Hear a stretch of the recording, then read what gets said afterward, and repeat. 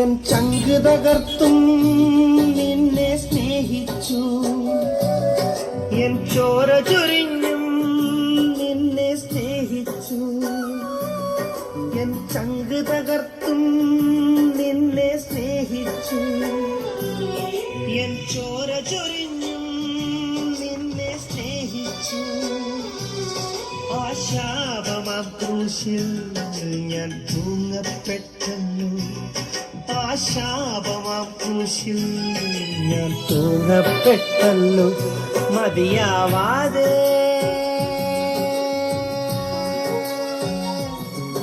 N പ്രാണനും നൽകി മകനേ, നീ എൻ പ്രാണൻ വില, മകനേ നീ എൻ പ്രാണൻ വില. എന്നെന്നും നീ എന്റേതു മാത്രമേ, എന്നെന്നും നീ എന്റേതു മാത്രമേ.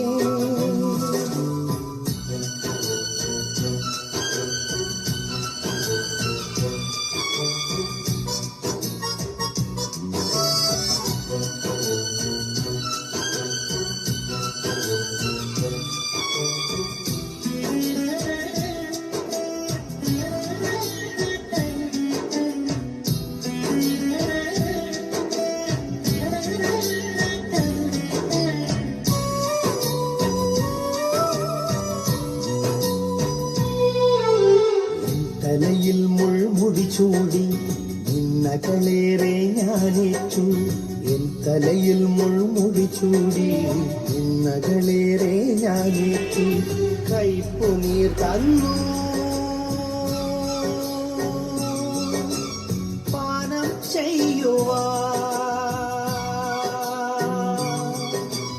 കൈപ്പുനീർ തന്നു പാനം ചെയ്യുവാ. പേർക്കൻ കൈകാലുകൾ പാടുകളേറ്റല്ലോ, നിൻ പേർക്കൻ കൈകാലുകൾ പാടുകളേറ്റല്ലോ.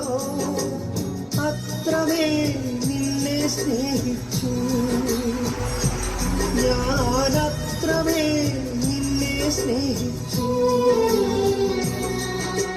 മകനേ നീ എൻ പ്രാണൻ വില, മകനേ നീ എൻ പ്രാണൻ വില. എന്നെന്നും നീ എന്റേതു മാത്രമേ, എന്നെന്നും നീ എന്റേതു മാത്രമേ.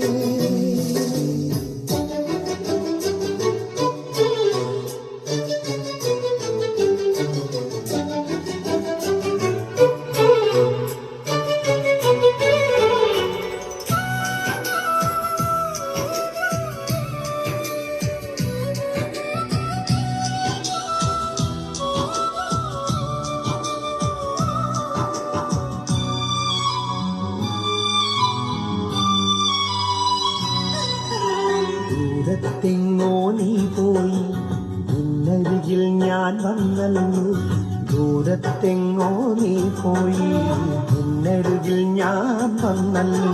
നിൻ പിഴകൾക്കെല്ലാം ക്ഷമയും ഞാൻ നൽകി,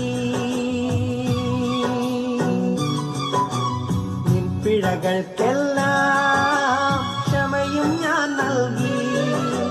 നിൻ പാപക്കറയെല്ലാം നീക്കിയകറ്റി ഞാൻ, നിൻ പാപക്കറയെല്ലാം നീക്കിയകറ്റി ഞാൻ. നിന്നെ എൻ സ്വന്തമാക്കിയേ,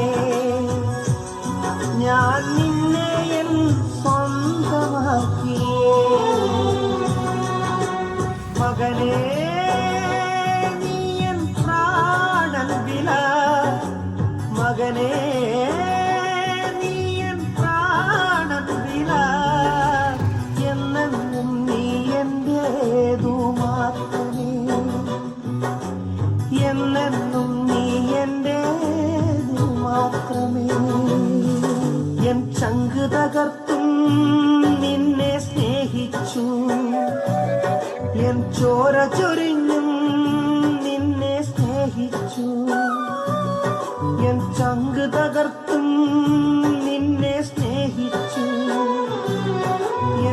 ചോര ചൊരിഞ്ഞും നിന്നെ സ്നേഹിച്ചു.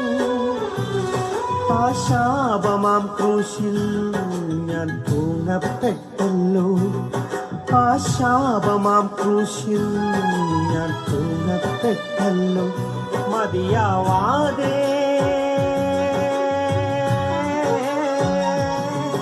എൻ പ്രാണനും നൽകി. മകനേ നീ എൻ പ്രാണൻ വില. മകനേ നീ എൻ പ്രാണൻ വില. എന്നെന്നും നീ എന്റേതു മാത്രമേ. എന്നെന്നും നീ എന്റേതു മാത്രമേ. എന്നെന്നും നീ എന്റേതു മാത്രമേ. എന്നെന്നും നീ എന്റേതു മാത്രമേ. സ്തോത്രം. പ്രശാന്ത സുന്ദരമായ ഈ പ്രഭാതത്തില് പുതുപ്പള്ളി പഞ്ചായത്തിന്റെ തച്ചകുന്നിന്റെ പ്രദേശത്ത് ഈ ശബ്ദസീമയിൽ ഞങ്ങളെ ശ്രവിക്കുന്ന എല്ലാ നല്ലവരായ ദേശവാസികൾക്കും ഞങ്ങളുടെ ഹൃദയത്തിന്റെ ഭാഷയിലുള്ള സ്നേഹത്തെയും വന്ദനത്തെയും പ്രാരംഭമായി ഓർപ്പിക്കുകയാണ്. വരുന്ന അല്പനിമിഷങ്ങൾ നിങ്ങളുമായി ഒരനുഗ്രഹീതമായ സന്ദേശം, ഈ കാലഘട്ടത്തിന് ആവശ്യമായിരിക്കുന്ന സന്ദേശം പങ്കുവയ്ക്കുവാനായിട്ടാണ് അല്പസമയം വേർതിരിക്കുന്നത്. കാലഘട്ടം കടന്നു പോകുന്നത് വളരെ സങ്കീർണമായ അവസ്ഥയിലാണെന്ന് എന്നെ കേൾക്കുന്ന എല്ലാ പ്രിയപ്പെട്ടവർക്കും അറിയാം. സുരക്ഷിതത്വം അങ്ങ് അകലെയായിരിക്കുന്നു. മനുഷ്യർക്ക് സ്നേഹം അന്യമായി നിൽക്കുന്നു. കുടുംബ ബന്ധങ്ങളൊക്കെ ശിഥിലമായിക്കൊണ്ടിരിക്കുന്നു. സാമൂഹിക വ്യവസ്ഥകൾക്ക് വളരെയധികം മാറ്റം സംഭവിച്ചു. അയൽവക്കങ്ങളും പരസ്പരമൊക്കെ ഇപ്പോൾ തമ്മിൽ കയറുന്ന, കണ്ടാൽ പരസ്പരം മിണ്ടുവാൻ കഴിയാത്ത വണ്ണം മതജാതീയ വിദ്വേഷങ്ങൾ കുത്തിനിറയ്ക്കപ്പെട്ട ഒരു മണ്ണിലാണ് നാം ഇന്ന് പാർക്കുന്നതെന്നറിയാം. അതുകൊണ്ട് തന്നെ ഇന്ന് ഇവിടെ ഉയർത്തിക്കാട്ടുന്ന ഈ സ്നേഹ സന്ദേശം കാലിക പ്രസക്തമാണ്. ഈ സന്ദേശം ഹൃദയങ്ങളെ രൂപാന്തരപ്പെടുത്തുന്നതാണ്, വൈരാഗ്യങ്ങളെ അലിയിച്ചു കളയുന്നതാണ്, പകയെ തീർക്കുന്നതാണ്, ഹൃദയങ്ങളിലെ കയ്പുകളെ നീക്കുന്നതാണ്, ജനഹൃദയങ്ങൾക്ക് ആശ്വാസം പകരുന്നതാണ്, തകർന്നുടഞ്ഞിരിക്കുന്ന ഹൃദയങ്ങൾക്ക് പ്രതീക്ഷ നൽകുന്നതാണ്, രോഗികളായിരിക്കുന്നവർക്ക് സൗഖ്യം നൽകുന്നതാണ്, ജീവിതത്തിന്റെ പ്രതിസന്ധിയുടെ നാൽക്കാലുകളിൽ എങ്ങോട്ട് പോകണമെന്നറിയാതെ ഉടഞ്ഞിരിക്കുന്ന വ്യക്തികൾക്ക് പ്രതീക്ഷ നൽകുക മാത്രമല്ല, അവരുടെ പ്രശ്നങ്ങൾക്ക് ശാശ്വത പരിഹാരം തരുന്നതാണ്. തകർന്നുടഞ്ഞ മദ്യപാനത്താലും അതുപോലെ തന്നെ അഡിഷനുകളാലും ലഹരികളുടെ വിവിധ തലത്തിലുള്ള അഡിഷനുകളിലൊക്കെ പെട്ട് വളരെ പ്രതികൂലങ്ങളിലൂടെ കടന്നു പോകുന്ന ജീവിതങ്ങൾക്ക് അത്ഭുതകരമായ രൂപാന്തരം നൽകുന്ന, മാനസാന്തരം നൽകുന്ന അത്ഭുത സന്ദേശമാണ് ഇന്നിവിടെ ഞങ്ങൾ പങ്കുവയ്ക്കുവാനായിട്ട് ആഗ്രഹിക്കുന്നത്. അതുകൊണ്ട് ഇന്ന് ഈ ശബ്ദസീമയിൽ ശ്രവിക്കുന്ന എല്ലാ നല്ലവരായ നിഷ്കളങ്കരായ ദേശവാസികളെയും ഞങ്ങൾ സാദരം ഈ ശബ്ദപരിധിയിലേക്ക് സ്വാഗതം ചെയ്യുകയാണ്. ഈ സന്ദേശം കൈമാറപ്പെടുമ്പോൾ ഈ ദേശത്തിന് മേൽ ഒരു വലിയ അനുഗ്രഹത്തിന്റെ മഞ്ഞ് പെയ്തിറങ്ങുന്നത് പോലെ ആയിത്തീരുമെന്ന് എനിക്ക് പ്രതീക്ഷയുണ്ട്. കുടുംബങ്ങളിൽ കേട്ടിരിക്കുന്നിടത്ത് സമാധാനങ്ങൾ ഉണ്ടാകും. നിങ്ങളുടെ നൂറുകണക്കിന് ചോദ്യം കിട്ടാത്ത ഉത്തരങ്ങൾക്ക് ഒരു മറുപടിയായി ഇന്നത്തെ സന്ദേശം തീരും. ഈ സന്ദേശം മുഴങ്ങിക്കേട്ടെടുത്ത് അവിടുത്തെ ഇരുളുകൾ മാറുവാനും അവിടെ ശാന്തിയും സമാധാനവും സന്തോഷവും സൃഷ്ടിക്കപ്പെടുവാനും ഇടയായിട്ടുണ്ട്. ആയതുകൊണ്ട് മുൻവിധികളില്ലാതെ നിഷ്കളങ്ക ഹൃദയത്തോടെ ഇത് ശ്രവിക്കുവാൻ എൻ്റെ സഹോദരങ്ങൾ എന്ന നിലയിൽ നിങ്ങളെ സ്വാഗതം ചെയ്യുകയാണ്. അല്പനിമിഷത്തെ പ്രഭാഷണത്തിനായി എൻ്റെ സഹയാത്രികൻ രാജു വെള്ളാപ്പള്ളിയെ ഞാൻ ക്ഷണിക്കുകയാണ്.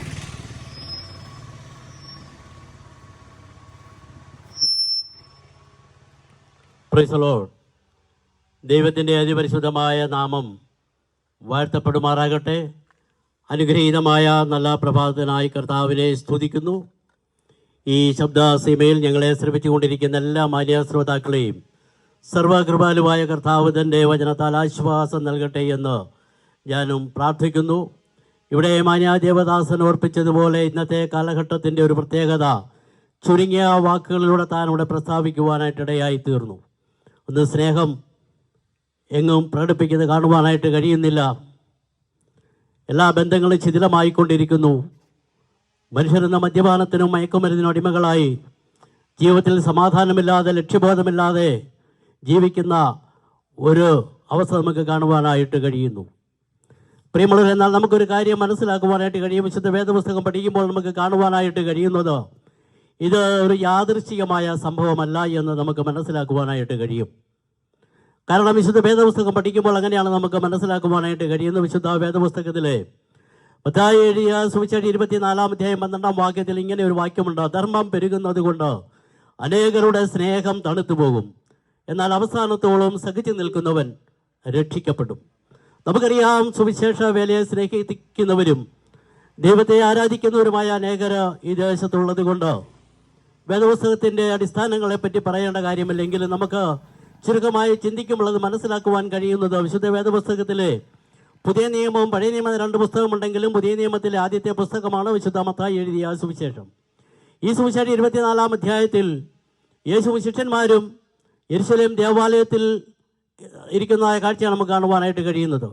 അവിടെ നിന്നും ദേവാലയം വിട്ടു പോകുമ്പോൾ ശിഷ്യന്മാർ യേശുവിനെ തങ്ങളുടെ അഭിമാനസ്തംഭമായി കാണുന്ന യെരുശലേം ദേവാലയത്തിൻ്റെ പണികൾ കാണിക്കുവാനായിട്ട് തങ്ങൾക്കൊരാഗ്രഹമുണ്ടായി. അതിനവർ യേശുവിൻ്റെ അടുക്കൽ ചെന്നപ്പോൾ യേശു പറഞ്ഞു, ഈ കാണുന്നത് കല്ലിന്മേൽ കല്ല് ശേഷിക്കുകയില്ല എന്ന് ഞാൻ നിങ്ങളോട് പറയുന്നു എന്ന് പറഞ്ഞു.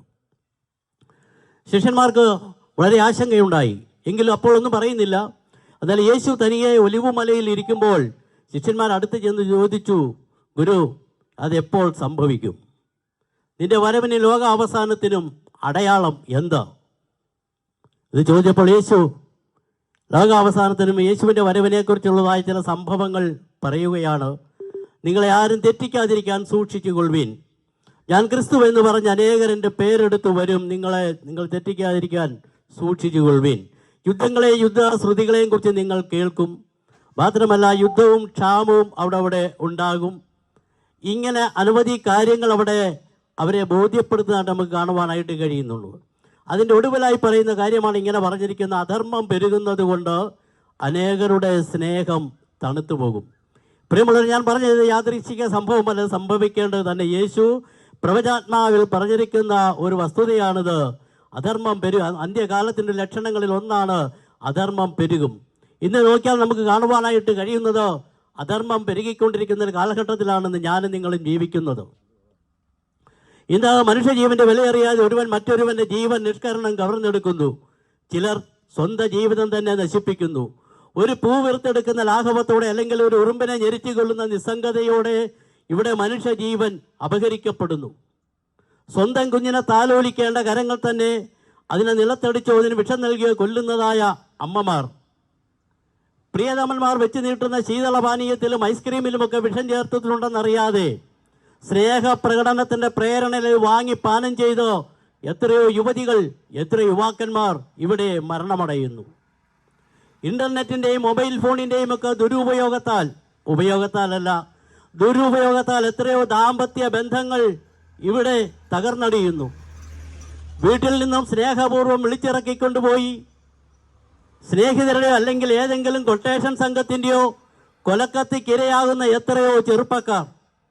സ്ത്രീധനത്തിൻ്റെ പേരിൽ ആത്മഹത്യകളും കൊലപാതകങ്ങളും വർദ്ധിച്ചുകൊണ്ടിരിക്കുന്നു. എന്തിലേറെ കഴിഞ്ഞ ദിവസങ്ങൾ വന്ന പത്രവാർത്തകളൊക്കെ നമ്മെ ഞെട്ടിപ്പിക്കുന്നതോ അല്ലെങ്കിൽ അതുപോലെ ലജ്ജിപ്പിക്കുന്ന വാർത്തകളല്ലേ നമുക്ക് കാണുവാനും കേൾക്കുവാനും കഴിയുന്നത്.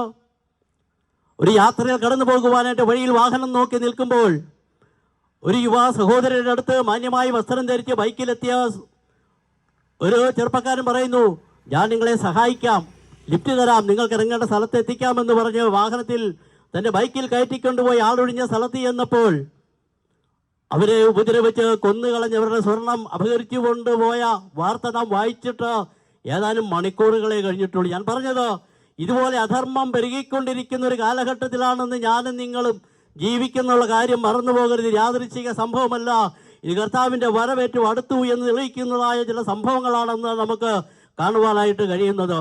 മാത്രമല്ല, ഇന്ന് മദ്യത്തിനും മയക്കുമരുന്നിനും ഇന്ന് സ്കൂൾ കുട്ടികൾ പോലും ഇന്ന് അടിമകളായിരിക്കുന്നു.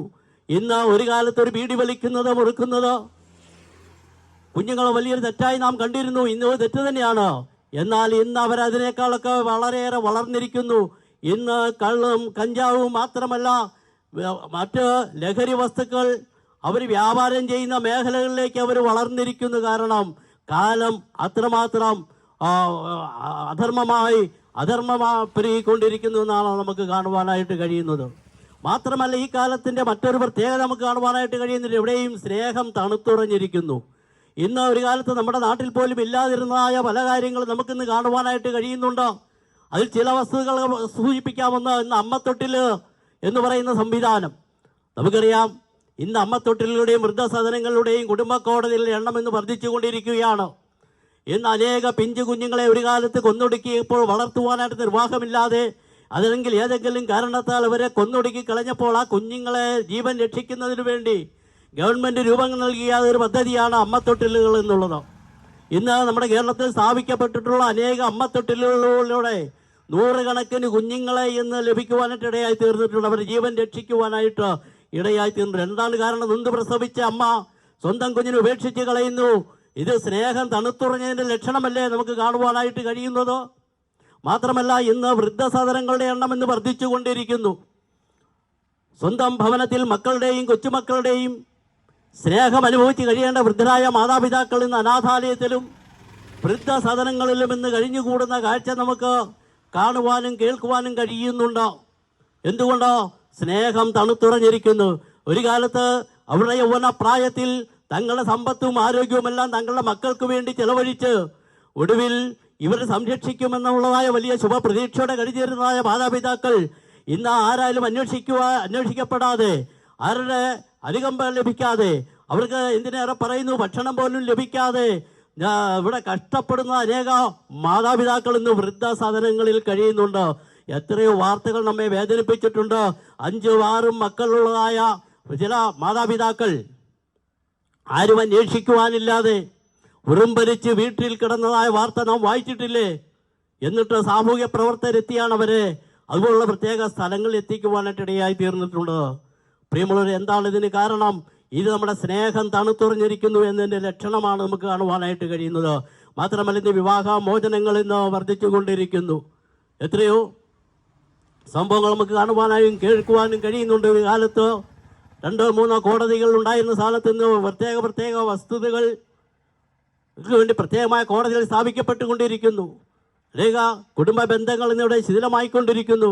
ലോകാരോഗ്യ സംഘടന കണക്കനുസരിച്ച് ഏതാനും നാളുകൾക്ക് മുമ്പ് വന്നൊരു വാർത്ത, കേരളത്തിൽ 100-ൽ 10 കുടുംബങ്ങൾ വീതം ശിഥിലമാകുന്നുണ്ടെന്നും ദിവസവും 3 ദമ്പതിമാർ വീതം വേർപിരിയുന്നുണ്ടെന്നാണ് അവർ പുറത്തുവിട്ടതായ കണക്ക്. എന്താണ്?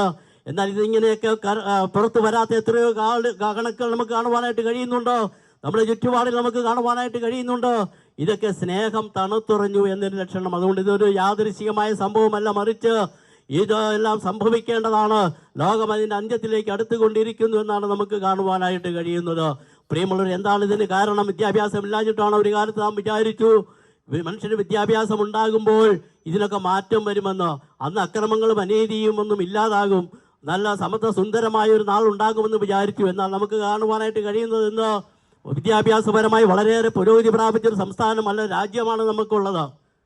ഇന്ന് നമുക്കറിയാം, ലോകത്തിലെ ഏറ്റവും വലിയ ജനാധിപത്യ രാജ്യമായ ഇന്ത്യ ഇന്ന് ശാസ്ത്ര സാങ്കേതിക വിദ്യയിലും സാമ്പത്തിക രംഗത്തും ഏറെ ഇന്ന് ഉയർച്ച പ്രാപിച്ചു കഴിഞ്ഞിരിക്കുന്നു. ഇന്ന് ലോകത്തിൽ ഏറ്റവും അധികം IT വിദഗ്ധരും ശാസ്ത്ര വിദഗ്ധരുമൊക്കെ ഇന്ന് ഓരോ വർഷവും ഇന്ത്യയിൽ നിന്നും വളരെയധികം പേർ പുറത്തു വരുന്നുണ്ട്, നമുക്ക് കാണുവാനായിട്ട് കഴിയുന്നുണ്ട്. മാത്രമല്ല, സാമ്പത്തിക രംഗത്തും ബ്രിട്ടനെ പോലും മറികടന്ന് ഇന്ത്യ ഇന്ന് 3-ാം സ്ഥാനത്തേക്ക് എത്തിക്കൊണ്ടിരിക്കുന്ന കാഴ്ചയാണ് നമുക്ക് കാണുവാനായിട്ട് കഴിയുന്നത്. അപ്പോൾ സാമ്പത്തികമല്ല ഇതിൻ്റെ കാരണമെന്ന് നമുക്ക് മനസ്സിലാക്കുവാനായിട്ട് കഴിയുന്നുണ്ട്. എന്നാൽ ഇതിൻ്റെയൊക്കെ കാരണമെന്ന് പറയുന്നത് വിദ്യാഭ്യാസത്തിൻ്റെ കുറവല്ല, സമ്പത്തിൻ്റെ കുറവല്ല, ആധ്യാത്മികതയുടെ കുറവാണോ? നമുക്കറിയാം, ആധ്യാത്മികമായിട്ടും വളരെയേറെ പുരോഗതി പ്രാപിച്ച ഒരു സംസ്ഥാനമാണ് നമ്മുടെ ഇവിടെയുള്ള എല്ലാ തീർത്ഥാടന കേന്ദ്രങ്ങളിൽ നിന്ന് ഭക്തജനങ്ങളുടെ എണ്ണം വർദ്ധിച്ചുകൊണ്ടിരിക്കുകയാണ്. ഓരോ തീർത്ഥാടന കേന്ദ്രങ്ങളിലും വർഷം തോറും ആളുകളുടെ എണ്ണം വർദ്ധിക്കുകയും കാണിക്ക വർദ്ധിക്കുകയും ചെയ്തിരിക്കുന്നു. ഇതിൻ്റെ കാരണം എന്താണ്? അവരുടെ ഈശ്വര വിശ്വാസികളാണെന്നുള്ളതാണ്. എന്നാൽ ഈശ്വര വിശ്വാസികളാണെങ്കിൽ പോലും നമുക്ക് കാണുവാനായിട്ട് കഴിയുന്നത് എവിടെയും അധർമ്മം പെരുകുകയും സ്നേഹം തണുത്തുറയുകയും ചെയ്യുന്ന കാഴ്ചയാണ് നമുക്ക് കാണുവാനായിട്ട് കഴിയുന്നത്. എന്താണ് ഇതിന് കാരണം? ഇവിടുത്തെ സമ്പദ് വ്യവസ്ഥയുടെ കുറവല്ല, ഇവിടുത്തെ സംസ്കാരത്തിൻ്റെ കുറവല്ല, ഇതൊന്നുമല്ല. വിശുദ്ധ വേദപുസ്തകം പറയുന്നു, മനുഷ്യനിൽ കുടികൊള്ളുന്നതായ പാപമാണ് ഇതിന് കാരണം. റോമാലേഖനം 5-ാം വാക്യത്തിൽ നമുക്ക് കാണുവാൻ കഴിയുന്നുണ്ട്, ഏക മനുഷ്യനാൽ പാപവും പാപത്താൽ മരണവും ലോകത്തിൽ കടന്നു എന്ന്. പ്രിയമുള്ളവരെ, അതുപോലെ തന്നെ വചനത്തിൽ നമുക്ക് ഇങ്ങനെ കാണുന്നു, ഒരു വ്യത്യാസവുമില്ല, എല്ലാവരും പാപം ചെയ്ത് ദൈവ തേജസ് ഇല്ലാത്തവരായി തീർന്നു. അപ്പോൾ ഇതിൻ്റെയൊക്കെ കാരണമെന്ന് പറയുന്നത്, മൂല കാരണമെന്ന് പറയുന്നത് മനുഷ്യനിൽ കുടികൊള്ളുന്നതായ പാപമാണ്. അതുകൊണ്ട് ഇന്നിൻ്റെ ആവശ്യമെന്ന് പറയുന്നത് പാപത്തിൽ നിന്നൊരു മോചനമാണ് ഇന്ന് ആവശ്യമായിരിക്കുന്നത്. ഏക മനുഷ്യനാൽ പാപവും പാപത്താൽ മരണവും ലോകത്തിൽ കടന്നു. പ്രിയമുള്ളവരെ, മനുഷ്യൻ്റെ പ്രശ്നം ഏകമാണ്. പ്രശ്നം ഏകമാകയാൽ പരിഹാരം ഏകമാകണം. പരിഹാരം ഏകമാകണമെങ്കിൽ പരിഹാരകൻ ഏകനായിരിക്കണം. അതുകൊണ്ടാണ് യേശുക്രിസ്തുവിലുള്ള രക്ഷയെപ്പറ്റി നമുക്ക് മനസ്സിലാക്കുവാനായിട്ട് കഴിയുന്നത്. യേശുക്രിസ്തു രക്ഷകനാണെന്ന് എല്ലാവരും അംഗീകരിക്കുന്നുണ്ട്. ക്രിസ്ത്യാനികൾ മാത്രമല്ല, എല്ലാവരും അംഗീകരിക്കുന്നു ആര്? യേശു രക്ഷകനാണ്. എന്നാൽ പ്രിയമുള്ളവർ, യേശു ഏക രക്ഷകനാണെന്ന് പലർക്കും അംഗീകരിക്കുവാനായിട്ട് കഴിയുന്നില്ല. അതുകൊണ്ടാണ് പല സന്ദേശങ്ങൾ എഴുതുന്ന കൂട്ടത്തിൽ യേശു പറഞ്ഞ സന്ദേശവും എഴുതുന്നു. പല ഫോട്ടോകൾ വെക്കുന്ന കൂട്ടത്തിൽ യേശുവിൻ്റെ ചിത്രം എന്ന് പറയുന്ന ചിത്രവും പ്രദർശിപ്പിക്കുന്നു. എന്നാൽ വിശുദ്ധ വേദപുസ്തകം ഇത് അംഗീകരിക്കുന്നില്ല. വിശുദ്ധ വേദപുസ്തകം പറയുന്നു, മറ്റൊരുത്തനും രക്ഷയില്ല, നാം രക്ഷിക്കപ്പെടുവാൻ ആകാശത്തിന്റെ കീഴിൽ മനുഷ്യരെ നൽകപ്പെട്ട യേശു എന്ന നാമമല്ലാതെ വേറെ ഒരു നാമവും ഇല്ല. പ്രിയമുള്ളവർ, ഞങ്ങളൊരു മതത്തെക്കുറിച്ചല്ല പ്രസംഗിക്കുന്നത്. കാരണം മതത്തെ ഇന്ന് മനുഷ്യൻ വെറുത്ത് തള്ളിക്കൊണ്ടിരിക്കുന്നു. മതത്തിന്റെ ചട്ടക്കൂടുകളും മാമൂലുകളും എല്ലാം ഇന്നൊരു ജീർണിച്ച വസ്ത്രം പോലെ മനുഷ്യന് ഉപയോഗശൂന്യമായിരിക്കുമ്പോൾ യേശു എന്ന രണ്ടക്ഷരത്തിൽ അടങ്ങിയിരിക്കുന്ന ശക്തിപ്രവാഹം അനന്തമാണ്. ലോക ചരിത്രത്തെ BC എന്നും AD എന്നും രണ്ടായി വിഭജിച്ചുകൊണ്ട് ലോക ചരിത്രത്തിന്റെ കേന്ദ്ര ബിന്ദുവായി നിലകൊള്ളുന്ന അതുല്യ നാമമാണ് യേശു എന്ന നാമം. Praise the Lord, hallelujah. ഈ യേശുവിന് മാത്രമേ മനുഷ്യന്റെ പാപത്തിന് പരിഹാരം നൽകുവാനായിട്ട് കഴിയുന്നുള്ളൂ. പ്രിയമുള്ളവരെ, മനുഷ്യർ പാപിയാണെന്നും ആ പാപത്തിൽ രക്ഷ പ്രാപിക്കണമെന്ന് മനുഷ്യന് ആഗ്രഹമുണ്ട്. എന്നാൽ അതിന് സ്വയമായിട്ട് അവന് കഴിയുന്നില്ല. അതുകൊണ്ട് ഇന്ന് മദ്യത്തിനും മയക്കുമരുന്നിനുമൊക്കെ അടിമകളായി ലോകത്തിലെ വീട്ടിലെ സമാധാനം നഷ്ടപ്പെട്ട് ജീവിതത്തിൽ സന്തോഷമില്ലാത്തവരായി നിരാശയിൽ കഴിയുന്ന അനേകരെ നമുക്ക് കാണുവാനായിട്ട് കഴിയുന്നുണ്ട്. ഞങ്ങൾ പല സ്ഥലങ്ങളിലും ചെല്ലുമ്പോൾ പലരും ഞങ്ങളോട് പറയാറുള്ള ഒരു കാര്യം ഇപ്രകാരമാണ്: ദേവദാസന്മാരെ, ഒരു കാലത്ത് ഞങ്ങൾക്ക് ആഗ്രഹിച്ചിരുന്ന പലരും ഇന്ന് നേടുവാനായിട്ട് കഴിഞ്ഞു. നല്ല വീടില്ലായിരുന്നു, വീട് ലഭിച്ചു. വാഹനമില്ലായിരുന്നു, വാഹനം ലഭിച്ചു. മാന്യമായി ജീവിക്കാനുള്ള എല്ലാ സമ്പത്തിൻ്റെതായ മാർഗങ്ങളും ലഭിച്ചു. പക്ഷേ ഒന്ന് മാത്രം ഞങ്ങൾക്കില്ല, സമാധാനം മാത്രം ഞങ്ങൾക്കില്ല. പ്രിയമുള്ളവരെ, ഇന്ന് ഇല്ലാത്തത് മനുഷ്യന് സമാധാനമാണ്. പലരും നല്ല വീട് വെക്കുവാൻ കഴിഞ്ഞിട്ടുണ്ട്, നല്ല വാഹനം മേടിക്കുവാൻ കഴിഞ്ഞിട്ടുണ്ട്, ശരിയാണ്. നല്ല ഭക്ഷണം കഴിക്കുവാനും കഴിയുന്നില്ല. പക്ഷേ സമാധാനത്തോടെ കഴിയുവാനായിട്ട് കഴിയുന്നില്ല. ഈ സമാധാനം നൽകുന്ന ഒരേ ഒരുവനുണ്ട്, അത് ഞങ്ങൾക്ക് പ്രസംഗിക്കുന്ന യേശു ക്രിസ്തുവാണ്. യേശു പറഞ്ഞു, ഞാൻ എൻ്റെ സമാധാനം നിങ്ങൾക്ക് തന്നേച്ചു പോകുന്നു, ലോകം തരുന്നത് പോലെ അല്ല. പ്രിയമുള്ളവരെ, ലോകം തരുന്നതായ സമാധാനം നൈമിഷികമാണ്. ചില മിനിറ്റുകളോ മണിക്കൂറുകളോ നമുക്ക് ലഭിച്ചേക്കാം. എന്നാൽ ആന്തരികമായി നിലനിൽക്കുന്ന ഒരു സമാധാനം നൽകുന്ന ഒരുവനുണ്ട്, അത് സർവകൃപാലുവായ യേശു ക്രിസ്തുവാണ്. കാരണം യേശു ക്രിസ്തു മനുഷ്യനെ പാപത്തിൽ നിന്നും രക്ഷ നൽകുവാനാണ് ലോകത്തിലേക്ക് വന്നത്. കാരണം മറ്റൊരുത്തിൽ രക്ഷയില്ല എന്ന് പറയുമ്പോൾ ചോദിക്കുന്ന ഒരു ചോദ്യമുണ്ട്: എന്തുകൊണ്ടാണ് മറ്റാരും രക്ഷയില്ലാത്തത്? അതിന് കാരണമുണ്ട്. യേശുവിന് മാത്രമേ മനുഷ്യന്റെ പാപം മോചിക്കുവാനായിട്ട് കഴിഞ്ഞിട്ടുള്ളൂ. കാരണം യേശു ജനിക്കുന്നതിന് മുമ്പ് തന്നെ യേശുവിനെ കുറിച്ച് ഇങ്ങനെ പറഞ്ഞു: അവൻ മനുഷ്യരെ അവരുടെ പാപങ്ങളിൽ നിന്ന് മോചിപ്പാനിരിക്കൊണ്ട് അവന് യേശു എന്ന് പേരിടണം. പ്രിയമുള്ളവരെ, യേശു ലോകത്തിലേക്ക് വന്നതിന്റെ പ്രധാന ലക്ഷ്യമെന്ന് പറയുന്നത് മനുഷ്യരെ പാപത്തിൽ നിന്നും മോചിപ്പിക്കുക എന്നുള്ളതായിരുന്നു. ലോകത്ത് അനേകരുടെ ജന്മം എടുത്തിട്ടുണ്ടെങ്കിലും അവർക്കാർക്കും മനുഷ്യന്റെ പാപം പരിഹരിക്കുവാനോ പാപം ക്ഷമിക്കുവാനോ കഴിഞ്ഞിട്ടില്ല. അവർക്ക് ഒരുപാട് അത്ഭുതങ്ങളും അടയാളങ്ങളും ചെയ്തിട്ടുണ്ട്. എന്നാൽ മനുഷ്യന്റെ പാപത്തിൽ നിന്ന് മോചനം നൽകുവാൻ അവർക്ക് കഴിഞ്ഞിട്ടില്ല. പാപത്തിൽ നിന്ന് മോചനം നൽകുന്ന ഒരേ ഒരുവനേയുള്ളൂ, അത് സർവകൃപാലുവായ യേശു ക്രിസ്തു മാത്രമാണ്. അതുകൊണ്ട് യേശു ക്രിസ്തു ലോകത്തിലേക്ക് വന്നത് മനുഷ്യന്റെ പാപം ക്ഷമിക്കുന്നതിന് വേണ്ട. രണ്ടാമതൊരു പ്രത്യേകത എന്ന് പറയുന്നത് മനുഷ്യന്റെ പാപത്തിന്റെ പരിഹാരത്തിനു വേണ്ടി സ്വന്തം ജീവൻ ബലിയർപ്പിക്കുവാനാണ് യേശു ലോകത്തിലേക്ക് വന്നത്. ഈ ഉദ്ദേശത്തോടു കൂടി ആരും ലോകത്തിൽ വന്നിട്ടില്ല. അവരൊക്കെ അവരുടെ വന്നത് അവരുടെ ജീവൻ നിലനിർത്തുവാനും ഇവിടെ എന്തെങ്കിലുമൊക്കെ സ്ഥാപിച്ച് നിലനിർത്തുവാനാണ് വന്നതെങ്കിൽ, യേശു വന്നത് മനുഷ്യന്റെ പാപത്തിന്റെ പരിഹാരത്തിന് വേണ്ടി, മനുഷ്യനെ രക്ഷിക്കുന്നതിന് വേണ്ടി സ്വന്തം ജീവൻ ബലിയർപ്പിക്കുവാനാണ് യേശു വന്നത്. ഈ ലക്ഷ്യത്തോടുകൂടി ലോകത്തിൽ ആരും വന്നിട്ടില്ല. അനേക ഗുരുക്കന്മാർ വന്നിട്ടുണ്ട്, ശരിയാണ്. പക്ഷേ അവരൊക്കെ അവരുടെ ജീവൻ നിലനിർത്തുവാനും അവരുടെ സ്ഥാപനങ്ങൾ നിലനിർത്തുവാനാണ് ശ്രമിച്ചതെങ്കിൽ യേശു തൻ്റെ ജീവൻ ബലിയർപ്പിക്കുവാണ് ലോകത്തിലേക്ക് വന്നത്. അതുകൊണ്ടാണ് മറ്റൊരുത്തരും രക്ഷയില്ല എന്ന് ഞങ്ങൾ ഉറക്കെ പറയുന്നത്. മൂന്നാമത്തെ മറ്റൊരു പ്രത്യേകത എന്ന് പറയുന്നത് യേശുവിൽ പാപമില്ലായിരുന്നു. ലോകത്തിൽ ജനിക്കുന്ന സകല വ്യക്തികളും പാപികളായിട്ടാണ് ലോകത്തിൽ ജനിക്കുന്നത്. എന്നാൽ യേശുവിന്റെ ജനനത്തെക്കുറിച്ച് പറഞ്ഞിരിക്കുന്നു, അവനിൽ പാപം ഇല്ലായിരുന്നു. കാരണം പരിശുദ്ധാത്മാവിൽ ഒരു ജനനം കൊണ്ടതുകൊണ്ട് അവനിൽ പാപം ഇല്ലായിരുന്നു. യേശു ക്രിസ്തുവിനെ വിസ്തരിക്കുന്ന വേളയിൽ ഇങ്ങനെ ചോദിക്കുന്നുണ്ട്: നിങ്ങളിൽ ആർക്കെൻ്റെ പാപത്തെക്കുറിച്ച് ബോധം വരുത്താം? അവർക്കാർക്കും അതിന് കഴിഞ്ഞില്ല. അനേക പരീശന്മാരുണ്ട്, മഹാപുരോഹിതന്മാരുണ്ട്, ശാസ്ത്രിമാരുണ്ട്.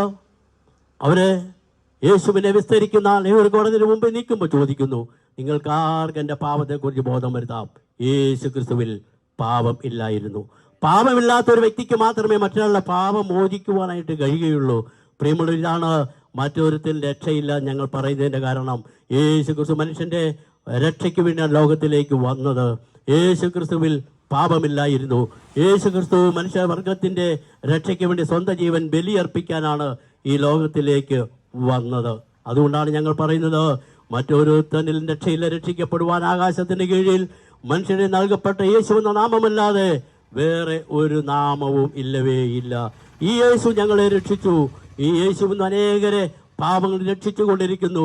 മദ്യത്തിനും മയക്കുമരുന്ന് അടിമകളായിരിക്കുന്ന പ്രിയപ്പെട്ടവരെ അതിൽ നിന്ന് മോചനം നൽകുവാൻ യേശുവിന് കഴിയും. പ്രിയമുള്ളവരെ, ഞങ്ങൾക്ക് മദ്യപിച്ചു കൊണ്ടിരുന്ന കാലത്ത് ചെയ്യുന്ന ഒരു കാര്യമുണ്ടായിരുന്നു. ഓരോ ഡിസംബർ മാസം 31-ാം തീയതിയൊക്കെ വരുമ്പോൾ തീരുമാനമെടുക്കും, ഇനി ഞങ്ങൾ നാളെ മുതൽ മദ്യപിക്കില്ല. എന്നാൽ പ്രിയമുള്ളവർ, ചില ദിവസങ്ങൾ മാത്രമേ അങ്ങനെ ഒരു തീരുമാനത്തിൽ നിൽക്കുവാൻ കഴിഞ്ഞിട്ടുള്ളൂ. അത് മാനുഷികമായൊരു തീരുമാനമായുണ്ട് കഴിഞ്ഞില്ല.